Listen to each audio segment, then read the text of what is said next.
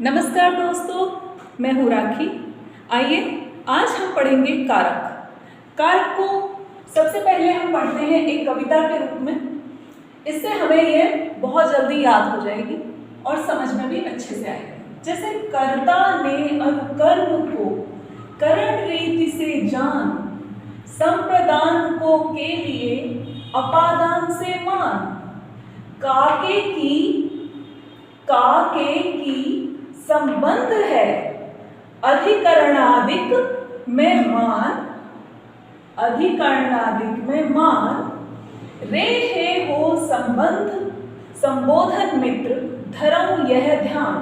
यानी कि यदि ये सारे कारक इसके अंदर आ गए हैं, जैसे कर्ता ने कर्म को करण से संप्रदान को के लिए अपादान से अलग होने के अर्थ में का के की संबंध है, संबंध के रूप में का के की रा रे री और ना ने नी, अधिकरणादिक में ऊपर पर पे मान, रे हे हो अरे कुछ भी कह सकते हैं, संबोधन इसी प्रकार लगता है, मित्र धर्म यह ध्यान। तो यदि आपने इसे याद कर लिया, आप कभी नहीं भूलेंगे कि कारक विभक्ति किस तरह से, विभक्ति बोलते हैं हम कारक को हम विभक्ति कहते हैं अपने संस्कृत में। अभी हम हिंदी पढ़ रहे हैं तो यहाँ हम कारक पढ़ते हैं, ठीक है। चलिए आइए मैं कारक के बारे में आपको थोड़ा बता देती हूँ, यानी कि इसकी जो परिभाषा है, परिभाषा के रूप में क्या होता है। कर्ता, सबसे पहले हम इसकी परिभाषा जान लेते हैं कि कारक होता क्या है। कारक क्रिया से जिसका सीधा संबंध हो, यानी सर्वनाम और संज्ञा, ये दोनों यदि इनका सीधा क्रिया से संबंध होता है तो वह कारक होता है। जैसे कर्ता कारक सबसे पहले हम जानते हैं कर्ता कारक क्या होता है। क्रिया को करने वाला ही कर्ता माना जाता है, ये आप जानते हैं। तो इसमें जैसे मोहन ने पुस्तक पढ़ी, राम ने पुस्तक पढ़ी, कुछ भी कह सकते हैं। लेकिन यहाँ पर कभी कभी आपने देखा होगा कि ने का प्रयोग नहीं हो रहा है, ये सीधे सीधे वाक्य होते हैं। राम ने पुस्तक पढ़ी, राम ने खाना खाया, लेकिन ये सीधे सीधे वाक्य कभी कभी नहीं होते हैं।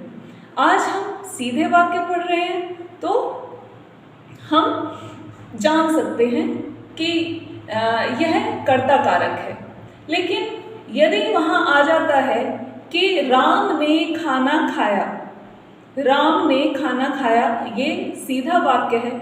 लेकिन यदि वहाँ आ जाता है कि राम गीत गाता है, तो राम गीत गाता है, यहाँ हम उसे कैसे समझें।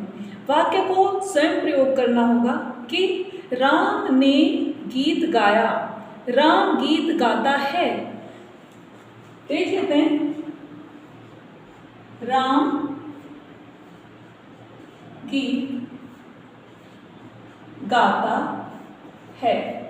अब यहाँ कैसे जानें, तो यहाँ हम स्वयं प्रयोग करके देख लेते हैं। उसमें ऑप्शन में यदि आपको दिया हुआ है कर्ता, तो आप राम ने गीत गाया। अब यदि आता है राम के द्वारा गीत गाया गया, राम के द्वारा गीत गाया गया,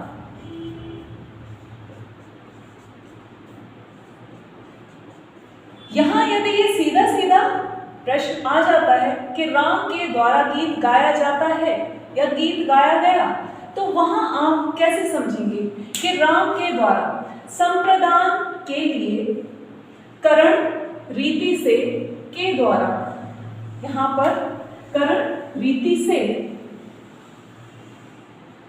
के द्वारा ये आएगा।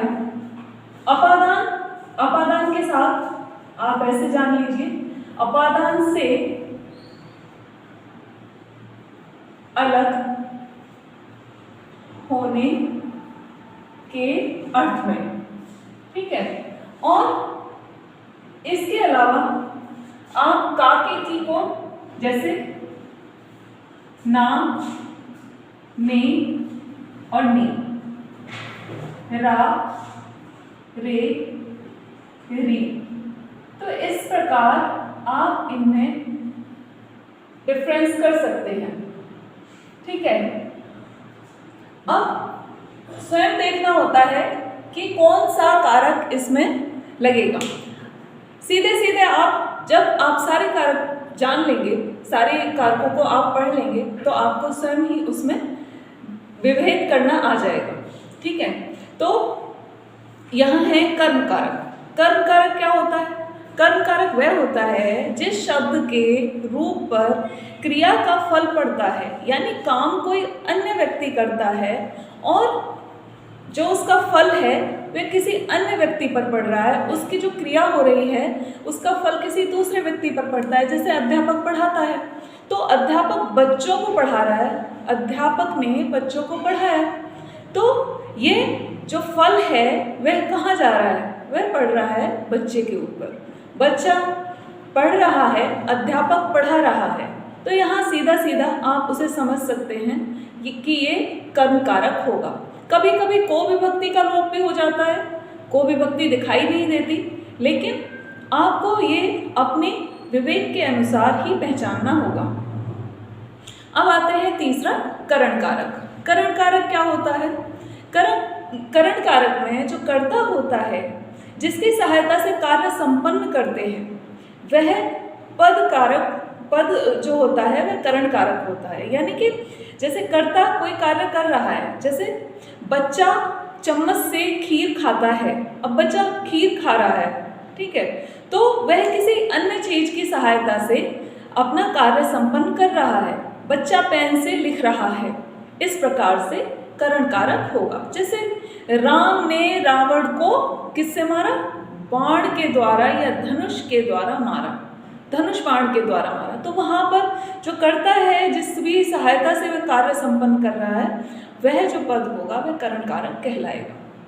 आते हैं चौथे पर, संप्रदान कारक क्या होता है? संप्रदान कारक जिसे कोई वस्तु प्रदान की जाए, यानी कि यदि कोई वस्तु प्रदान की जाती है और जिसके लिए वह क्रिया की जाए, उसे संप्रदान कारक कहते हैं। जैसे हमने गरीबों को वस्त्र दिए, मैं अपने छोटे भाई के लिए खिलौना लाया, इस प्रकार से संप्रदान कारक में हम किसी अन्य व्यक्ति को कोई चीज प्रदान करते हैं, तो वह होता है संप्रदान। यहाँ पर संप्रदान सीधा सीधा लिखा हुआ है, संप्रदान। तो हम किसी को कोई वस्तु प्रदान करते हैं तो वह होता है संप्रदान कारक।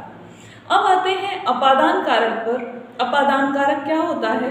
संज्ञा और सर्वनाम के जिस रूप से अलग होने का भाव प्रकट हो, यानी कि जो संज्ञा है और सर्वनाम है। संज्ञा सर्वनाम आप समझते हैं, संज्ञा किसी वस्तु का नाम, किसी व्यक्ति का नाम, किसी स्थान का नाम, ये सभी होते हैं। और जो आपका सर्वनाम होता है वह संज्ञा के स्थान पर यह है, वह है, ये, वे, जो इस रूप में प्रयोग किए जाते हैं वह सर्वनाम। तो संज्ञा और सर्वनाम के जिस रूप से अलग होने का भाव प्रकट होता है उसे अपादान कारक कहते हैं। जैसे अब हमने एक उदाहरण बहुत ज़्यादा सुना है, वृक्ष से पत्ते गिरते हैं, ठीक है, वृक्ष से पत्ते गिरते हैं, ये आपने सुन लिया। लेकिन ऐसा भी हो सकता है कि बच्चा स्कूल से गया यानी कि अलग हो गया, ठीक है, यहाँ अपादान कारक हो रहा है। साइकिल पर से बैग गिर गया, ठीक है, तो बच्चे का बैग रास्ते में कहीं गिर गया, ये भी एक अपादान कारक होगा। तो इसके साथ ही निकलने और लजाने या डरने, तुलना करने, जो ऐसे भाव प्रकट होते हैं वहाँ पर अपादान कारक ही होता है। जैसे वह घर से निकल गया, ठीक है, इस प्रकार के जो वाक्य होते हैं ये अपादान कारक के अंदर ही आते हैं। जैसे हिमालय से गंगा निकलती है, चूहा बिल्ली से डरता है, यह भी एक अच्छा उदाहरण है। तो ये आप इसे पढ़ने के बाद ही समझ सकते हैं। सबसे पहले आपको समझने होंगे कारक क्या होते हैं, कारक के बाद आपको समझना होगा कि कारक जो होते हैं उनका कार्य क्या है, उन सब के अलग अलग कार्य किस प्रकार से बटे हुए हैं। तो यहाँ पर आपको थोड़ा सा ध्यान देने की ज़रूरत है। संबंध कारक क्या होता है? शब्द के जिस रूप से किसी व्यक्ति या वस्तु का संबंध किसी दूसरे व्यक्ति या वस्तु के साथ जाना जाए उसे संबंध कारक कहते हैं। जैसे वह मोहन का भाई है और वह मेरा मित्र है, यानी यहाँ पर सीधा सीधा संबंध है कि वह मोहन का भाई है और वह मेरा मित्र भी है, तो वह जो व्यक्ति है उससे मेरा संबंध मित्रता का है। मोहन हुआ संबंध कारक। संबंध कारक में अन्य भी आते हैं, जैसे ना, ने, नी, रा, रे, नी। तो इस प्रकार से इन सभी का प्रयोग कर कर आप जान सकते हैं कि संबंध है, यानी कह सकते हैं कि किसी का भी संबंध किसी व्यक्ति या किसी वस्तु से हो सकता है, वहाँ पर आप संबंध कारक का प्रयोग करेंगे। जैसे कह सकते हैं कि यह पेन किसका है, पूछा जाता है यह पेन किसका है, तो किसका संबंध है, यहाँ पर जो संबंध बताया जाएगा यह पेन राम का है, राम का पेन है, यानी कि उसका जो संबंध है वो पेन के साथ है, तो ये पेन राम का है, यहाँ पर संबंध कारक होगा। इसके बाद आता है अधिकरण कारक। अधिकरण कारक में आप इस प्रकार से समझ सकते हैं, जैसे जिस संज्ञा या सर्वनाम पद से क्रिया के आधार का बोध होता है उसे अधिकरण कारक कहते हैं। अब अधिकरण कारक में जैसे में, पर, पे, ऊपर, ठीक है, ये कुछ शब्द आपको मिलते हैं पढ़ने के लिए जब हम अधिकरण कारक देखते हैं। तो अधिकरण कारक में जैसे मछली पानी में रहती है, हाँ मछली पानी में रहती है, तो कहाँ रहती है वह, पानी में रहती है, पानी के अंदर रहती है, यानी कहीं किसी कार्य को यदि किसी के अंदर होना पाया जाए या फिर उस काम को किसी के ऊपर होना पाया जाए, वहाँ अधिकरण कारक होता है। जैसे कौवा पेड़ पर रहता है, कौवा पेड़ पर रहता है यानी कि पेड़ के ऊपर रहता है ना। बिल्ली मेज पर बैठी है, मेज के ऊपर बैठी है, ठीक है। तो इस प्रकार से आप हिंदी और इंग्लिश के कुछ शब्द वाक्य ऐसे होते हैं जिन्हें आप यहाँ पर समझ सकते हैं। तो ये हुआ आपका अधिकरण कारक। अब आते हैं संबोधन कारक। संबोधन कारक सबसे ही आसान होता है लिखने में या पढ़ने में, लेकिन इसे समझना उतना ही मुश्किल होता है। जैसे जब किसी संज्ञा को संबोधित किया जाता है तब संबोधन कारक का प्रयोग होता है। अब इसको समझा कैसे जाए, अरे लड़के इधर आओ, हे, तो कभी कभी हम हे लगा देते हैं लेकिन वहाँ ध्यान नहीं जाता हमारा, तो हे, इधर आओ, ये भी एक संबोधन कारक है। अरे, हे, भो, इस प्रकार के जो संबोधन कारक होते हैं वे इसके अंतर्गत आते हैं। तो हमने पढ़ा आज कारक को बहुत अच्छे से पढ़ा, और यदि आपको कुछ अच्छा लगा हो तो आप इसे लाइक करें, सब्सक्राइब करें, ठीक है। आज की वीडियो इतनी ही, और मिलते हैं किसी एक नई वीडियो के साथ। धन्यवाद।